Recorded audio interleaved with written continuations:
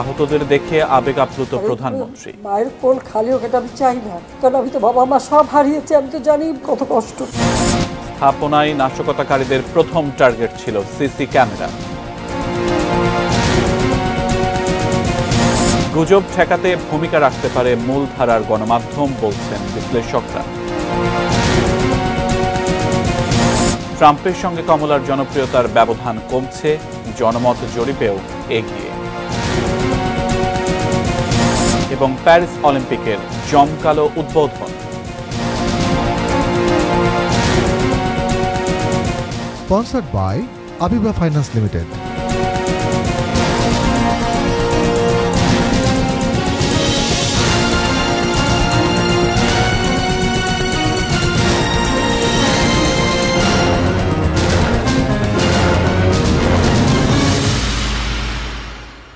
এটি নিউজ দেখছেন, আমন্ত্রণ জানাচ্ছি 3টা নিউজ আওয়ারে। আপনাদের সাথে আছি আমি সিয়াম রেজওয়ান। এতক্ষণ সংবাদ শিরোনামগুলো শুনছিলেন।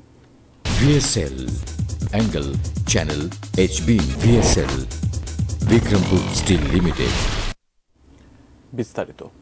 এভাবে মায়ের বুক খালি হবে তা কখনো চায়নি, এমন মন্তব্য করে প্রধানমন্ত্রী শেখ হাসিনা বলেছেন, কোটা আন্দোলনকারীদের কমপ্লিট শাটডাউনের সুযোগ নিয়ে সারা দেশে নারকীয় তাণ্ডব চালিয়েছে বিএনপি জামায়াতের সন্ত্রাসীরা। জাতীয় অর্থোপেডিক হাসপাতাল ও পুনর্বাসন প্রতিষ্ঠানে সাম্প্রতিক সহিংসতায় গুরুতর আহতদের দেখতে গিয়ে প্রধানমন্ত্রী আহতদের সুচিকিৎসার নিশ্চয়তাও দিয়েছেন। বিস্তারিত জানাচ্ছেন রেজওয়ান ফয়েজ। কোটা সংস্কার আন্দোলন ঘিরে সহিংসতায় আহতদের দেখতে শনিবার সকালে পঙ্গু হাসপাতাল নামে পরিচিত জাতীয় অর্থোপেডিক হাসপাতাল ও পুনর্বাসন প্রতিষ্ঠান নিটোর পরিদর্শন করেন প্রধানমন্ত্রী শেখ হাসিনা। সহিংসতায় আহত 272 জন এই হাসপাতালে ভর্তি হয়েছিলেন। প্রধানমন্ত্রী এ সময় গুরুতর আহত চিকিৎসাধীন কয়েকজনের সঙ্গে কথা বলেন এবং তাদের চিকিৎসার খোঁজ খবর নেন। আহতদের অবস্থা দেখে আবেগ আপ্লুত হয়ে পড়েন প্রধানমন্ত্রী। সহিংসতায় যারা মারা গেছেন তাদের আত্মার মাগফিরাত কামনা করে আবেগ আপ্লুত শেখ হাসিনা এই সময় বললেন, এভাবে আর যেন কোনো মায়ের কোল কখনো খালি না হয়। আর এইভাবে মায়ের কোল খালি হোক এটা আমি চাই না, কারণ আমি তো বাবা মা সব হারিয়েছি, আমি তো জানি বাবার ব্যথা কত কষ্ট। কিন্তু সেই কষ্ট বুকে নিয়ে তো ফিরে আসতে এদেশের মানুষের জন্য, এখানে আমার তো কোনো চাওয়া পাওয়া নাই। এ সময় সহিংসতায় আহতদের সুচিকিৎসার নিশ্চয়তাও দেন তিনি। আজকে চিকিৎসার জন্য যা যা লাগবে আমরা করে দেবো, করে দিচ্ছি। আর যারা পা হারিয়েছে বা হাত হারিয়েছে আমরা কৃত্রিম পায়ের ব্যবস্থা করে দেব, যাতে তারা আবার সুস্থ মানুষের মতো চলতে পারে, নিজের কাজ করতে পারে। সব দাবি মেনে নেবার পরও কোটা আন্দোলনকারীদের কর্মসূচি বিএনপি জামায়াতের সহিংসতাকারীদের সুযোগ করে দিচ্ছে বলেও মন্তব্য করেন প্রধানমন্ত্রী। সমস্ত দাবি মেনে নেওয়ার পরেও তাদের আর সেই শাটডাউন শেষ হয় না, কী কারণে আমি বুঝি না। আমরা তো সম্পূর্ণ দাবি মেনে নিয়েছি, একটা মানলে আর একটা, আরেকটা মানলে আরও একটা। আর এর ফল আজকে জ্বালিয়ে পুড়ে সব একদিকে সরকার, আর আজকে কত মানুষ জীবন হারালো। গত কয়েকদিনে যারা ধ্বংসযজ্ঞ চালিয়েছে তাদের বিচার করতে দেশবাসীর প্রতি আহ্বান জানান শেখ হাসিনা। দেশবাসীর কাছে আমি বিচার চাই, কি অপরাধটা কি করেছি যে এইভাবে, যেখানে আমি মানুষের ভাগ্য পরিবর্তনের কাজ করে যাচ্ছি। বাংলাদেশের মানুষের জীবন মান তো উন্নত হয়েছে, আমাদের অর্থনীতি আজকে কত কত উপরে উঠে গিয়েছিল, এবং এটা মনে হলো যে এটা আর কিছু না, এটা আমাদের অর্থনীতিকে সম্পূর্ণ পঙ্গু করে দিয়ে বাংলাদেশকে আবার ভিক্ষুকের জাতি করে দেওয়া, এটাই বোধহয় এদের পিছনে ষড়যন্ত্র। এরপর মহাখালীতে কোটা সংস্কার আন্দোলন ঘিরে সন্ত্রাসী হামলায় ক্ষতিগ্রস্ত দুর্যোগ ব্যবস্থাপনা অধিদপ্তর ও সেতু ভবন পরিদর্শন করেন প্রধানমন্ত্রী। হামলার সময় সেতু ভবনের সামনে থাকা যানবাহনে আগুন ধরিয়ে দেওয়া হয়, পুড়িয়ে দেওয়া হয় নিচতলা সহ কয়েকটি floor. Rezwan Faiz, ATN news, Dhaka. Quota আন্দোলনের সময় সহিংসতায় নিহতদের পরিবার ও আহতদের পাশে থাকবে 14 দলীয় জোট। শনিবার দুপুরে ঢাকা মেডিকেল কলেজ হাসপাতালে আহতদের দেখতে গিয়ে এ কথা জানান জোটের সমন্বয়ক ও মুখপাত্র আমির হোসেন আমো। 14 দলের নেতারা আহতদের চিকিৎসার খোঁজ খবর নেন। দলমত নির্বিশেষে আহত সকলে যেন যথাযথ সেবা পায় হাসপাতাল কর্তৃপক্ষকে সে অনুরোধ জানান জোট নেতারা। পরে সাংবাদিকদের আমির হোসেন আমু বলেন, আহত ও নিহতদের তালিকার কাজ চলছে। সরকারের পাশাপাশি দেশবাসীও যেন ক্ষতিগ্রস্ত মানুষের পাশে দাঁড়ান সে আহ্বান জানান তিনি।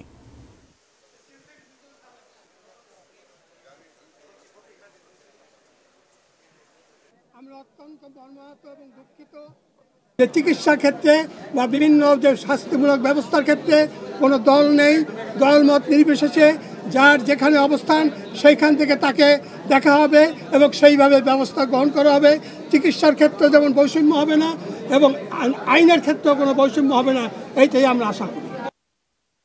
সারা দেশে মোবাইল ইন্টারনেট চালু করতে আগামীকাল সকালে অপারেটরদের সঙ্গে বৈঠকে বসবেন তথ্য প্রযুক্তি প্রতিমন্ত্রী জুনায়েদ আহমেদ পলক।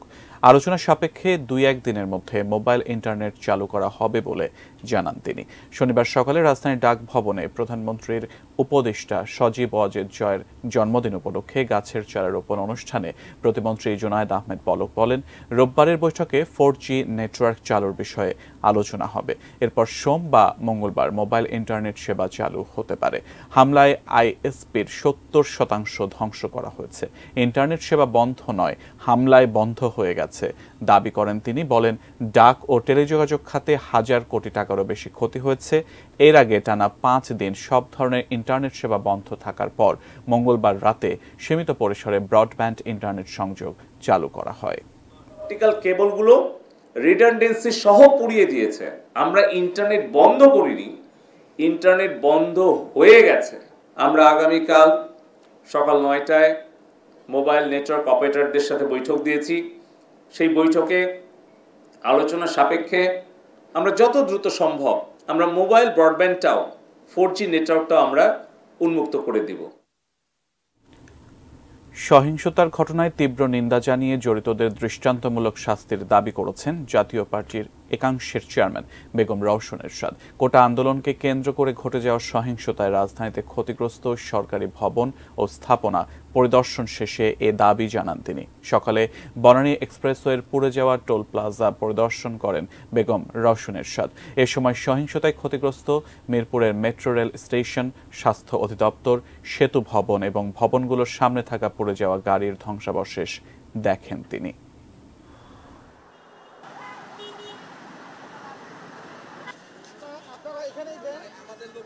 যে ধ্বংসযজ্ঞ চালিয়েছে তার তীব্র নিন্দা করতেছে। কোনো দেশে এই ধরনের ধ্বংসযজ্ঞ হয় না। বিচারের মাধ্যমে তাদেরকে দায়ী করতে হবে, তাহলে সুষ্ঠু বিচার হবে। প্রধানমন্ত্রীর কাছে বলতে হবে যে ক্ষতিগ্রস্তদেরকে যথেষ্ট পরিমাণে সাহায্য সহযোগিতা করেন। আজও ঢাকা, গাজীপুর, নরসিংদী ও নারায়ণগঞ্জ জেলায় কারফিউ সকাল 8টা থেকে বিকেল 5টা পর্যন্ত শিথিল রয়েছে। রাজধানীতে সকাল 7টায় মানুষজন সড়কে বের হয়েছেন। ব্যক্তিগত গাড়ি ছাড়াও বাস, মিনিবাস, সিএনজি চালিত অটোরিকশা এবং রিকশা সহ বিভিন্ন ধরনের যানবাহন চলাচল করছে। গত সপ্তাহে কারফিউয়ের শিথিলতায় বিভিন্ন এলাকায় যানজট সৃষ্টি হলেও আজ ছুটির দিন হওয়ায় সকালের দিকে যানবাহনের চাপ তুলনায় কম রয়েছে। বিভিন্ন গুরুত্বপূর্ণ পয়েন্টে রয়েছে বাড়তি নিরাপত্তা ব্যবস্থা। তবে চেকপোস্টগুলোতে আগের মতো কড়াকড়ি নেই। জরুরি প্রয়োজনে এক স্থান থেকে অন্য স্থানে দ্রুতই চলে যাওয়া যাচ্ছে।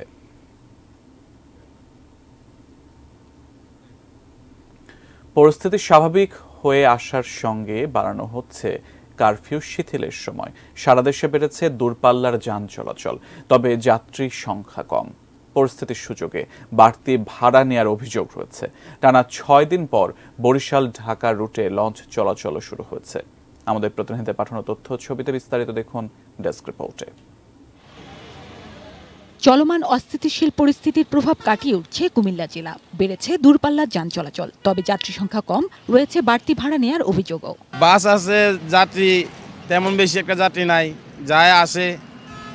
বাসের ড্রাইভাররা, স্টাফরা ভাড়া ডবল করে নিতে আসে। রাস্তায় সেনাবাহিনী এবং পুলিশ তারা সর্বক্ষণ টহলে আছে। গোপালগঞ্জ থেকে ছেড়ে যাচ্ছে ঢাকা খুলনা সহ দূরপাল্লার যানবাহন। এই জেলায়ও তুলনামূলক যাত্রী উপস্থিতি কম দেখা গেছে। যখন বন্ধ ছিল আমাদের তো অনেক ক্ষতি হয়েছে, আমার তো আরো 2 দিন আগে চলে যাওয়ার কথা ছিল। গত পরশু দিন আসছিলাম, পরিবেশ ঠিক আছে, তার কারণে আমরা যেতে পারতেছি। শিথিল হয় মোটামুটি আমরা একটু ভালোই করতেছি, কিন্তু যাত্রীর চাপটা একটু কম। সবটুকু উঠাই নিলে আমাদেরও ভালো হয়, যাত্রীদেরও ভালো হয়। চট্টগ্রামে কারফিউ শিথিলের সময় বাড়ার সঙ্গে স্বস্তি ফিরছে যাত্রী আর জনগণের মাঝে। পরিস্থিতি সব দিক দিয়ে ভালো আছে, যাওয়া আসা একটু সেফলি মনে হচ্ছে। ফেনীতে কিছুটা উল্টো পরিস্থিতি, দূরপাল্লার বাস কম ছাড়ছে বলে ভোগান্তির অভিযোগ তুলছেন যাত্রীরা। কুমিল্লা যাইতে যাইতে আমরা বিকেল 5টার পর আর গাড়ি পাই না, আমরা আসতে হচ্ছে ইঞ্জে করে। এটা আমাদের একটা সাধারণ জনগণের জন্য একটা ভোগান্তি।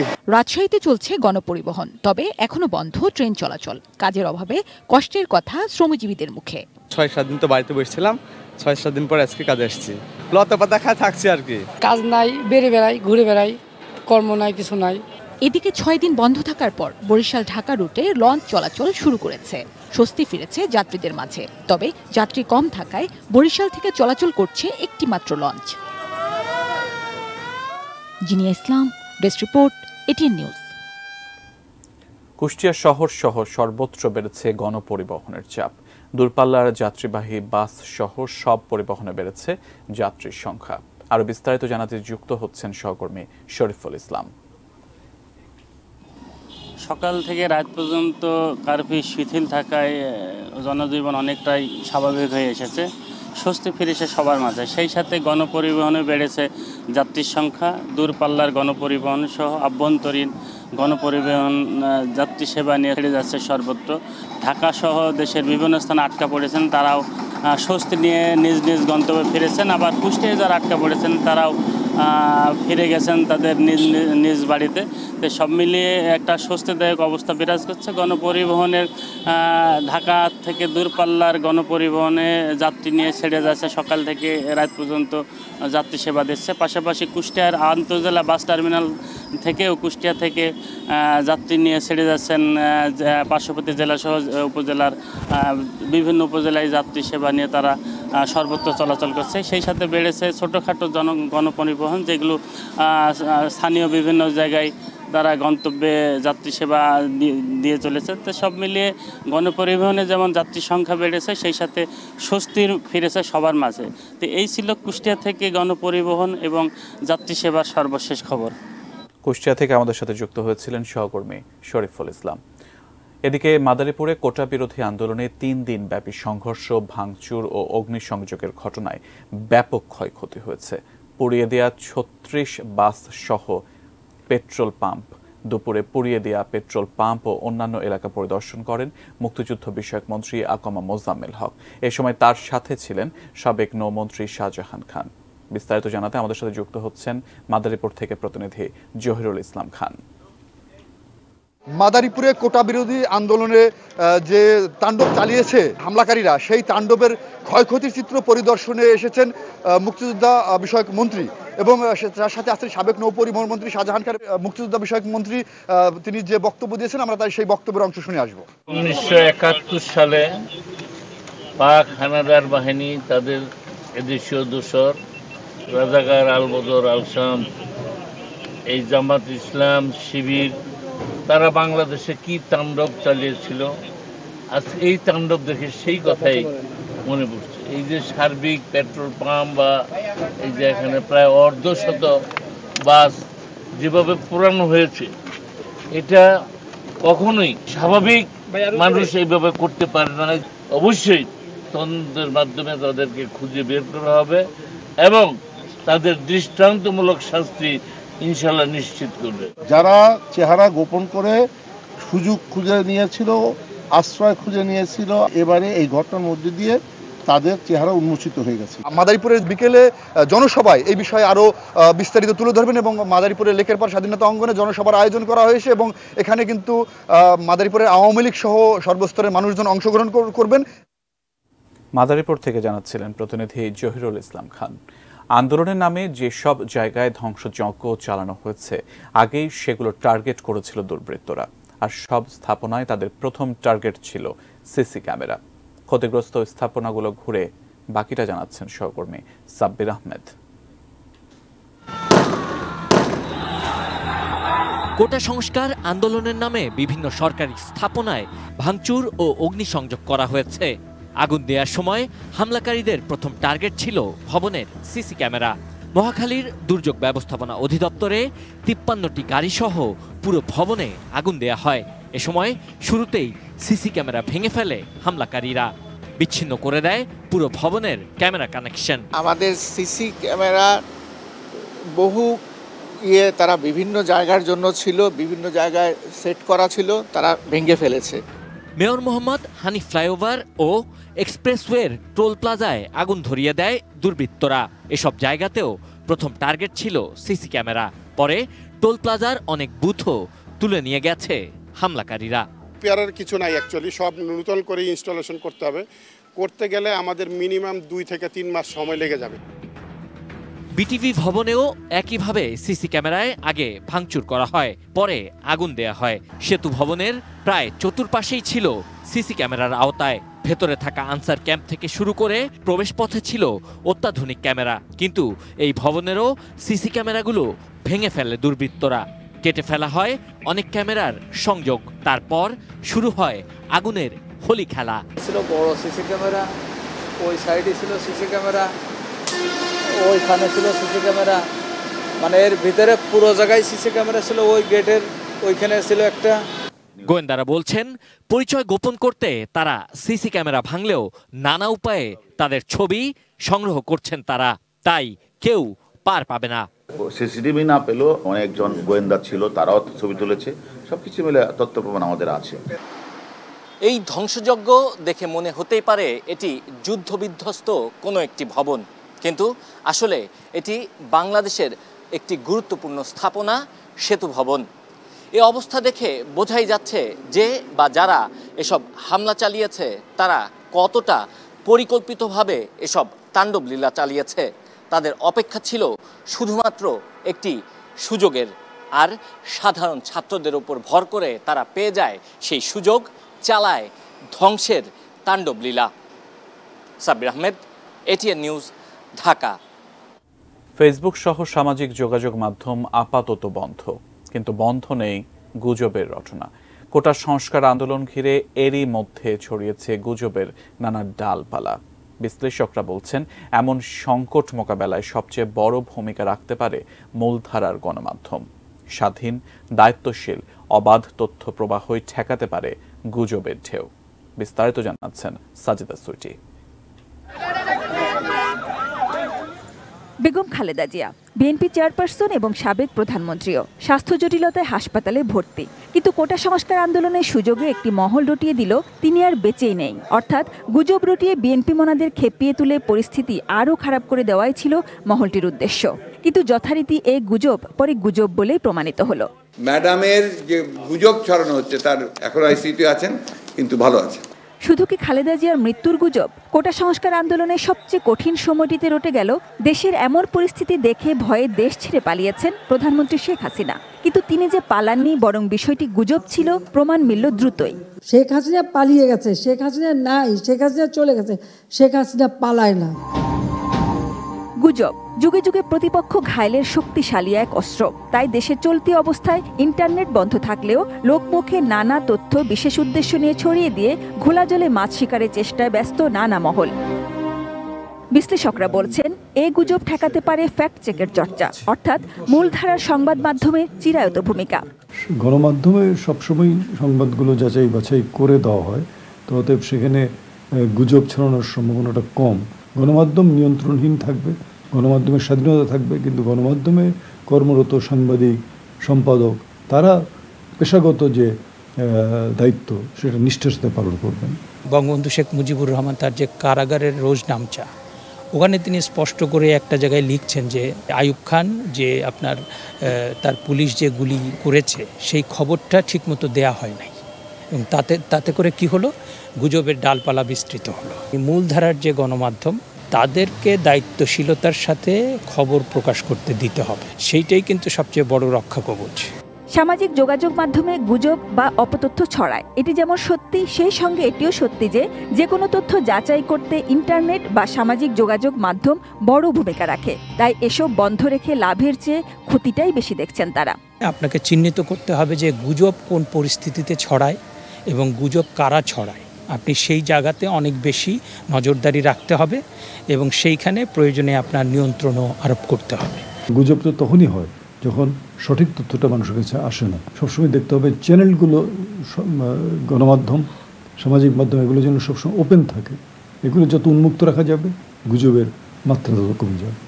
এখন যৌবন যার, যুদ্ধে যাওয়ার তার শ্রেষ্ঠ সময়। কিন্তু গুজবে কান দিয়ে যুদ্ধের উদ্যম যেন অপচয় না হয় সে ব্যাপারেও লক্ষ্য রাখার পরামর্শ বিশ্লেষকদের। বলছেন, শিক্ষক ও অভিভাবকরা পারেন সন্তান ও শিক্ষার্থীদের সঠিক পথ দেখাতে। এই বয়সের ছেলে মেয়েদের মধ্যে রক্ত গরম থাকে, তো তাদেরকে যদি হঠাৎ করে একটা উড়ো খবর দেওয়া হয় তাদের বিরুদ্ধে, তারা হয়তো মনে করে এটাই সঠিক। তো এটা যেন যাচাই বাছাই করে। তো মূল্যবোধ তো ভেঙে পড়েছে। আমাদের অভিভাবকদের যে একটা সময় কর্তৃত্ব ছিল সেটা তো নাই, শিক্ষকদের যে কর্তৃত্ব ছিল সেটা নাই। সাধারণ শিক্ষার্থী যারা আন্দোলন করেছেন, যৌক্তিক আন্দোলন করেছেন, তাদেরকে একদম আস্থায় নিয়ে কাজ করতে হবে। Sajida Sweety, ATN news, Dhaka.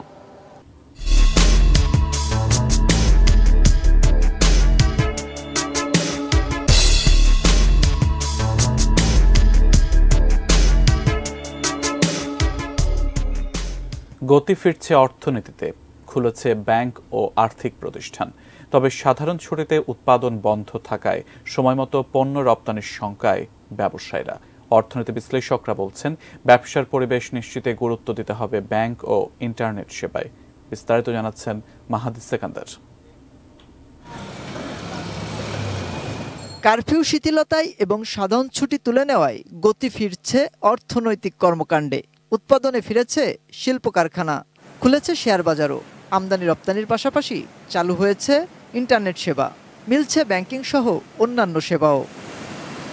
ব্যবসায়ীরা বলছেন, কারফিউ থাকার পাশাপাশি সীমিত ইন্টারনেট ও ব্যাংকিং কার্যক্রমের কারণে এখনও বেগ পেতে হচ্ছে তাদের। ইন্টারনেট কানেকশনটা কিন্তু স্মুথ না। আমি আজকেও সকালবেলায় হোয়াটসঅ্যাপ চেষ্টা করলাম, হোয়াটসঅ্যাপ ঠিকমতো স্মুথলি চলছে না। ইমেল যতগুলো আসছে, আমি গত এক সপ্তাহের ইমেলগুলো আমি গতকালকে বিকেলে পাইছি। ব্যাংক খুলছে, আমাদের এখন লেনদেন শুরু হয়েছে। আমরা এখন এক্সপোর্টের জন্য এক্সপোর্ট এলসি খুলতে পারতেছি। তবে কারখানা চালু হলেও রপ্তানি লক্ষ্যমাত্রা পূরণের শঙ্কায় ব্যবসায়ীরা। টার্নওভারটা আমরা ফিল আপ করার জন্য আমরা আপ্রাণ চেষ্টা করতেছি। ডে নাইট কাজ করে হলেও আমরা টার্নওভারটা আমরা ফিল আপ করবো, কারণ আমাদের এটা এক্সপোর্ট করার বিকল্প কিন্তু আমাদের কাছে আসলে কিছুই নেই। প্রায় 10-15 দিনের একটা গ্যাপে আমরা পড়ে গেছি। এখানে একটা জটিলতা ছিল, বিশেষ করে মাল গুডস রিলিজের ব্যাপারে। অর্থনীতি বিশ্লেষকরা বলছেন, সীমিত ইন্টারনেটের কারণে বাধাগ্রস্ত হচ্ছে অর্থনৈতিক কর্মকাণ্ড। ইন্টারনেটের বিষয়ে এই জিনিসটা কিন্তু একটু চিন্তা করার দরকার রয়েছে যে বিকল্প ব্যবস্থাগুলো আসলে কি। তার কারণ হচ্ছে যে কিছু কিছু কার্যক্রম বিকল্প ম্যানুয়ালি করা যেতে পারে, আবার এটাও মনে রাখতে হবে যে কিছু কিছু কার্যক্রম আপনি অনলাইন ছাড়া করতেই পারছেন না। অতি দ্রুত সময় যেন ইন্টারনেটটা যেন একেবারে প্রত্যন্ত অঞ্চলেও যাতে ফেরত আসে এবং তারা যেন ব্যবসা বাণিজ্যগুলো করতে পারে। মূল্যস্ফীতি নিয়ন্ত্রণে সরবরাহ ব্যবস্থা স্বাভাবিক রাখার তাগিদ তার। ব্যবসা বাণিজ্যিক লেনদেন বা এই ধরনের আদান প্রদান এগুলো কিন্তু ক্ষতিগ্রস্ত হচ্ছে। মাহাদি সেকেন্দার, এটিএন নিউজ, ঢাকা। এবারে মেটাল প্রেজেন্টস কৃষি সংবাদ, সুজলা সুফলা।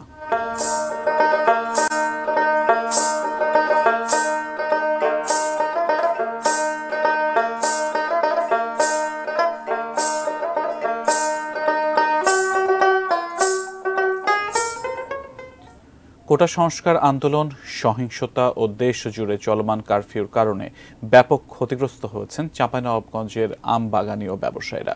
বাজারে আম পাঠাতে না পারায় বাগানে আম পচে নষ্ট হয়েছে। চাঁপাইনবাবগঞ্জের সব মিলে লক্ষাধিক মানুষ আম ব্যবসায় জড়িত। জেলার কৃষি অ্যাসোসিয়েশনের তথ্য অনুযায়ী গত 10 দিনে সারা দেশের বিভিন্ন বাজারে 35,000 মেট্রিক টন আম যাওয়ার কথা ছিল। 250 কোটি টাকার বেচাকেনা হওয়ার কথা থাকলেও চলমান পরিস্থিতির কারণে 100 কোটি টাকার ক্ষতি হয়েছে বলে দাবি সংশ্লিষ্টদের। তবে পরিস্থিতি স্বাভাবিক হওয়ার পর বাগানি ও ব্যবসায়ীরা ক্ষতি কিছুটা পুষিয়ে নিতে পারবেন বলে আশা কৃষি বিভাগের।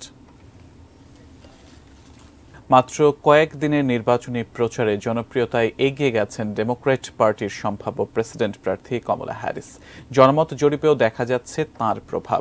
প্রতিদ্বন্দ্বী ডোনাল্ড ট্রাম্পের সঙ্গে জনসমর্থনের ব্যবধানও দিন দিন কমে আসছে তাঁর। আরও জানাচ্ছেন শাওন মাহফুজ। শীর্ষ ডেমোক্র্যাট নেতাদের সমর্থন পাওয়ার পর জোরে সোরে প্রেসিডেন্ট নির্বাচনের প্রচার চালাচ্ছেন কমলা হ্যারিস। আগামী আগস্টে ডেমোক্র্যাট পার্টির সম্মেলনে তার প্রার্থিতা যে চূড়ান্ত তা একরকম নিশ্চিত।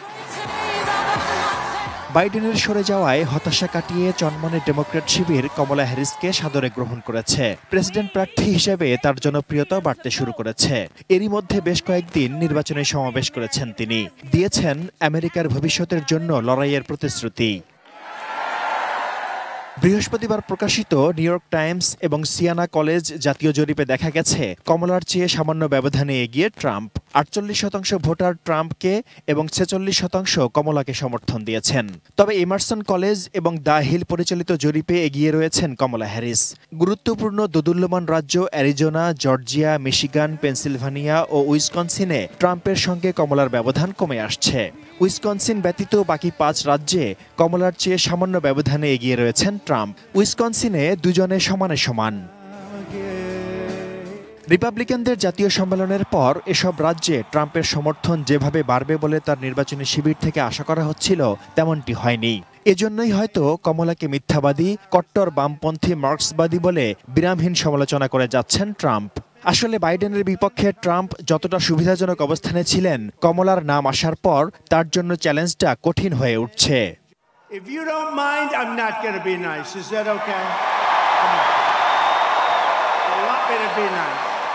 Shaon Mahfuz, desk report, ATN news.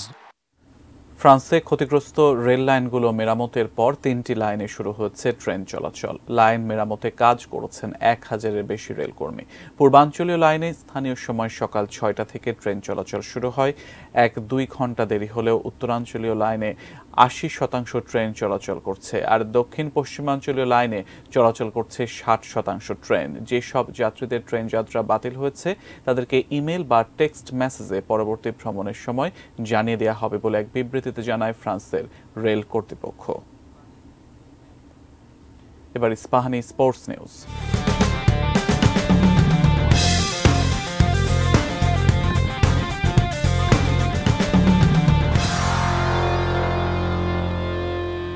প্যারিসে শুরু হলো গ্রেটেস্ট শো অন আর্থ খ্যাত অলিম্পিকের 33তম আসর। আয়োজক ফ্রান্স দেখালো কতটা জমকালো হতে পারে উদ্বোধনী অনুষ্ঠান। প্রথা ভেঙে প্যারিসের সেইন নদীতে মার্চ পাস্ট। অলিম্পিকের মূল আদর্শের কথা মাথায় রেখে আন্তর্জাতিক সংস্কৃতির সঙ্গে স্থানীয় সংস্কৃতির মেলবন্ধনের এক অপূর্ব আয়োজনে পুরো 4 ঘন্টা মেতে রইল সারা বিশ্ব।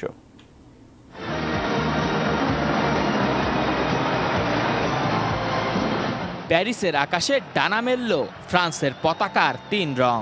মনোমুগ্ধ আয়োজনের শুরুর ঘোষণা সেটি।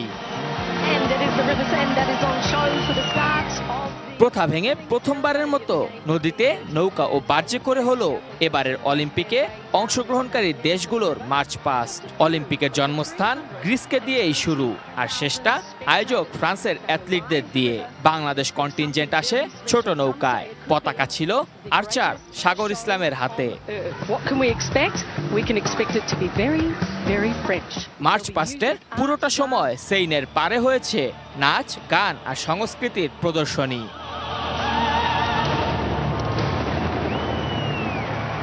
তিন হাজার নৃত্যশিল্পীর সঙ্গে লেডি গাগা, আয়া নাকামুরারা মন মাতিয়েছেন দর্শকদের। বিখ্যাত গ্র্যান্ড প্যালেসের ছাদে ফ্রান্সের জাতীয় সঙ্গীত গাইলেন এক্সেলে সেন্ট সিরেল। এর সঙ্গে তুলে ধরা হয় ফ্রান্সের জাতীয় জীবনের 10 কিংবদন্তির প্রতিমূর্তিকে।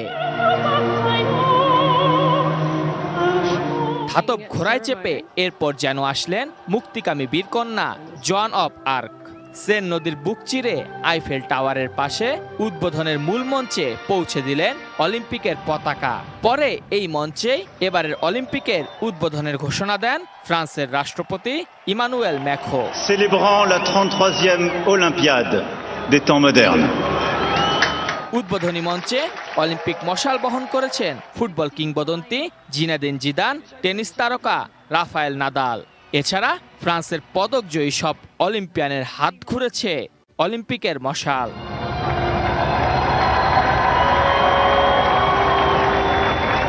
সবশেষে পারফর্ম করলেন সেলিনে ডিয়ন।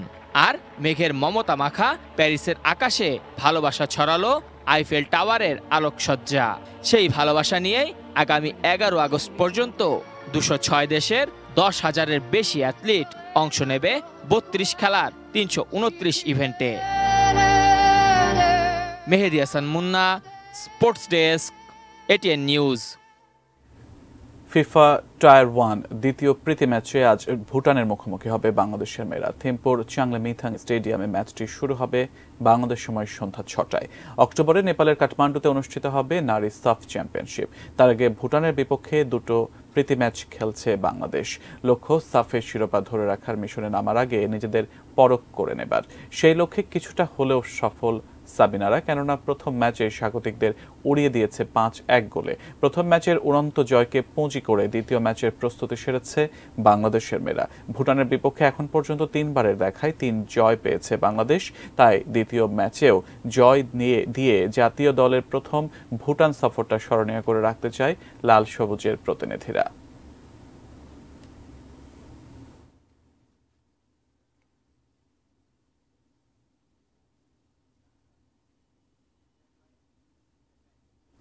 শেষ করব 3টা নিউজ আওয়ার, তবে তার আগে এক নজরে সংবাদ শিরোনামগুলো জানিয়ে দেব আরেকবার। আহতদের দেখে আবেগ আপ্লুত প্রধানমন্ত্রী। কোল খালি হোক এটা আমি চাই না, কারণ আমি তো বাবা মা সব হারিয়েছি, আমি তো জানি কত কষ্ট। স্থাপনায় নাশকতাকারীদের প্রথম টার্গেট ছিল সিসি ক্যামেরা। গুজব ঠেকাতে ভূমিকা রাখতে পারে মূলধারার গণমাধ্যম, বলছেন বিশ্লেষকরা। ট্রাম্পের সঙ্গে কমলার জনপ্রিয়তার ব্যবধান কমছে, জনমত জরিপেও এগিয়ে। প্যারিস অলিম্পিকের জমকালো উদ্বোধন।